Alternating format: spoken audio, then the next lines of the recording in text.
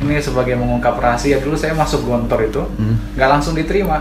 Kenapa? Karena saya pas datang ke Gontor, kemampuan baca Al-Quran saya Iqra 3.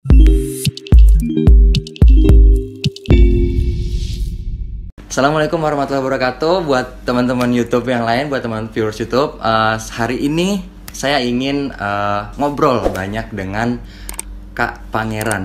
Manggilnya Kak aja ya. Siap. Dengan Kak Pangeran. Jadi beliau ini adalah alumni dari Al-Azhar Mesir ya. Betul. Alumni Al-Azhar Mesir dan sekarang menjabat sebagai apa, Kak? Wakil Sekretaris Jenderal Jaringan Alumni Timur Tengah di Indonesia. Masya Allah. Maksudnya kok bisa ke arah situ gitu? Ya Bisa karena mungkin diceritain kan sedikit? kita pas lagi di Mesir itu termasuk orang yang suka untuk melakukan aktivitas organisasi. Nah ketika di Mesir kita bareng-bareng sama teman-teman bikin pergerakan, bagaimana bikin ngemas dakwah atau kegiatan-kegiatan untuk agar ilmu-ilmu yang ada di Mesir itu bisa sampai juga ke teman-teman di Indonesia. Nah jadi pas lagi pulang ke Indonesia diajak sama senior-senior yang emang kita pernah berinteraksi, yuk gabung bantu kita di Jaringan Alumni Timur Tengah biar kita bareng-bareng bisa bikin sebuah gerakan atau upaya teman-teman yang pulang dari Timur Tengah ini potensinya bisa tersalurkan untuk umat dan bangsa kita gitu. Berarti itu meliputi Timur Tengah, berarti kayak Mesir, Maroko ya? Iya, Segala Mesir, macam. Maroko, Suriah, Irak, bahkan Libya kan itu ada alumninya semua. Gabung sama kita di jaringan gitu. Udah berapa tahun nih, Kak? Jadi sekjen itu? Ini baru tahun pertama. Oh, baru Karena tahun juga pertama. itu kita baru bikin di 2019. Baru bikin di 2019. Karena kita ngeliat ini teman-teman dari Mesir gerak sendiri. Bagus, bukan maksudnya dalam tanda kutip buruk ya. Oh ya. Ini punya potensi ulama ini, ulama itu. Syria gerak sendiri, kita berpikir sebenarnya kalau kita bikin gerakan yang bareng-bareng pasti dayanya itu akan lebih kuat dan sekat-sekat negara itu akan hilang. Nah, akhirnya udah kita rembuk bikin, nah gabung kita di sana. Hebat ya. Itu pas lulus dari Al-Azhar, itu ngambilnya jurusan apa?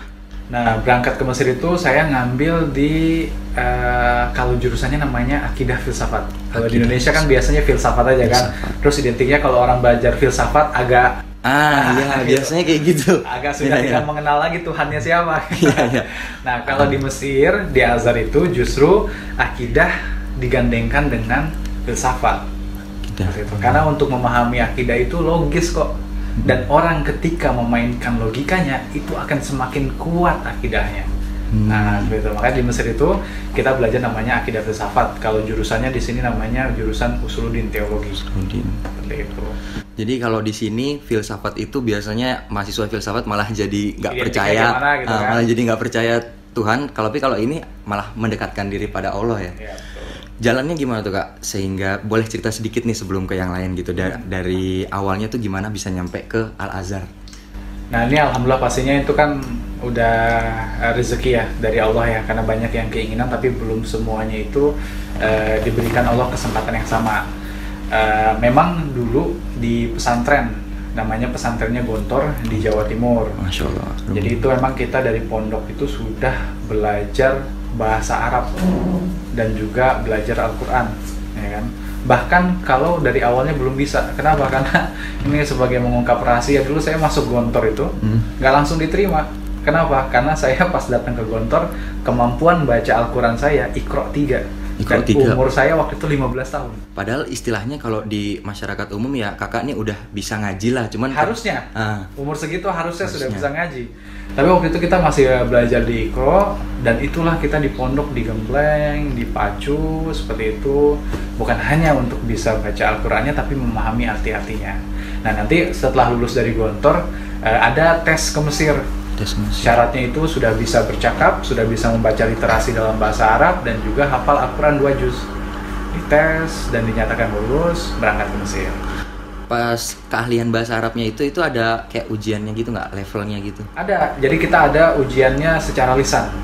Kita akan diajak dialog sama dosen-dosen, guru-guru besar dari Mesir yang datang tim ke sini, dan juga kita nanti disuruh untuk membuat esai. Jadi nanti dikasih sebuah tema, kayak tes kayak IELTS lah ya. Kalau bahasa Inggris ada TOEFL, kalau di bahasa Arab ada TOEFL.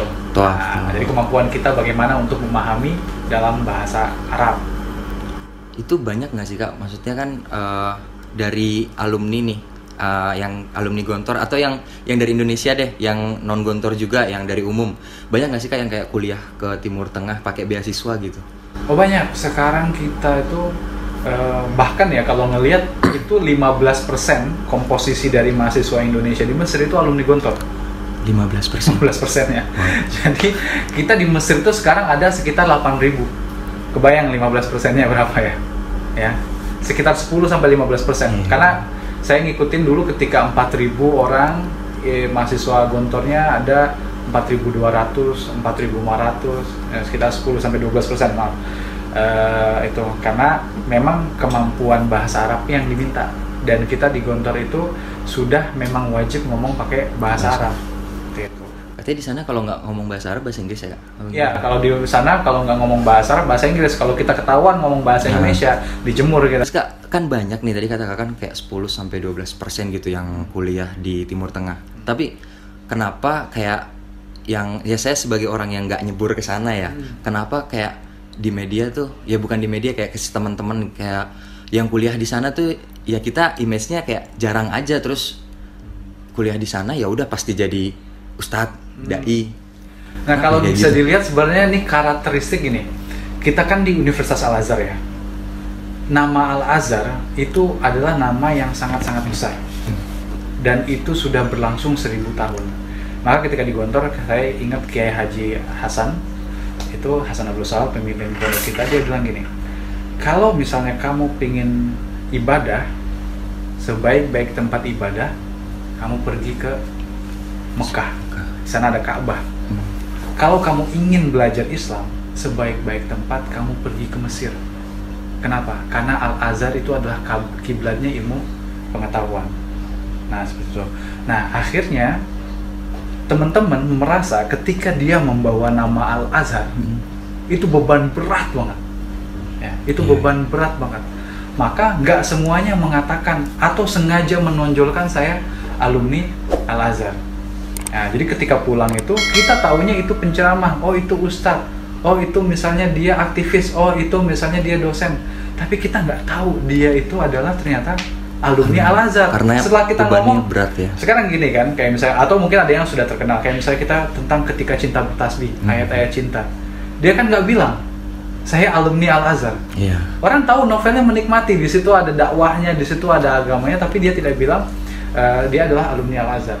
Ada yang memang fokus dia di dunia dakwah, ada yang fokus dia di dunia pendidikan, karena dakwah itu tidak harus selalu dengan kata, nah, tapi bisa dengan akhlak, bisa dengan teladan. Kalau dalam bahasa istilah kita itu adalah lisanul hal, yang berbicara adalah kondisinya, yang berbicara adalah perangainya, bukan kata-katanya. Nah, itu. Jadi tersebar itu pas ketika pulang ke Indonesia, ada yang fokus di dunia dakwah, ada yang masuk di dunia pendidikan, bahkan ada yang masuk di dunia bisnis dan juga di dunia politik. Nah, seperti itu. Dan itu semua ujung-ujungnya juga sambil berdakwah ya. Betul.